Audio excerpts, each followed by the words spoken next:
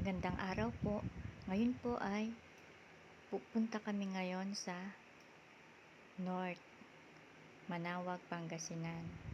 Kasi po last month ay sa South po kami gumala. Ngayon po dito kami gagala sa North naman. Ayan po, samahan niyo po kami. Andito na po kami sa NLEX, North Luzon Expressway. Ayan po oh, ang ganda ng panahon. Ang sarap gumala. Ayan oh, ganda ng panahon. Ang sayang gumala. Ngayon po ay nandito na kami sa ECTEX. Dito po sa ECTEX ay may mga dumadaang bus papuntang Nueva Ecija. Ayan po, may mga nakakasabay kaming bus at iilan lang yung mga private vehicle na nakasabay namin. Pagdating naman po ng TPLEX, konti lang po ang dumadaan dito sa TPLEX. Halos iilan lang pong private vehicle ang nakasabay namin. At wala pong bus na dumadaan dito.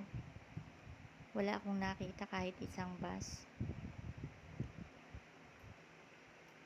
Tsaka mas sa ngayon po nagiging mas maiksi ang biyahe papuntang Pangasinan dahil po sa TPLEX.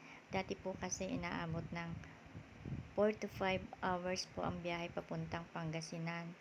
Or minsan pa nga siguro 6 hours. Ganun po. Pero ngayon dahil po sa TPLEX, mas napadali po ang biyahe papuntang North. Sa Pangasinan po. Dito rin po dumadaan yung mga papuntang Baguio, La Union. Pwede rin pong dumaan dito. Ayan po. Tingnan natin kung ilang hours ang magiging biyahe namin ngayon. Umalis po kami ng NLEX ng 6 AM. Tapos, dumating po kami ng Manaoag, Pangasinan ng 9 AM. So, 3 hours lang po ang biyahe namin. Siguro 3 hours to 3.5 hours po. Makakarating na po tayo ng Manaoag, Pangasinan or sa Pangasinan mula sa Manila po. Ganun lang po ka iksi ang biyahe ngayon papuntang Pangasinan. Kapag dito po tayo dumaan sa TPLEX, mas mapapadali po ang biyahe natin. O ayun po, 6 AM to 9 AM po.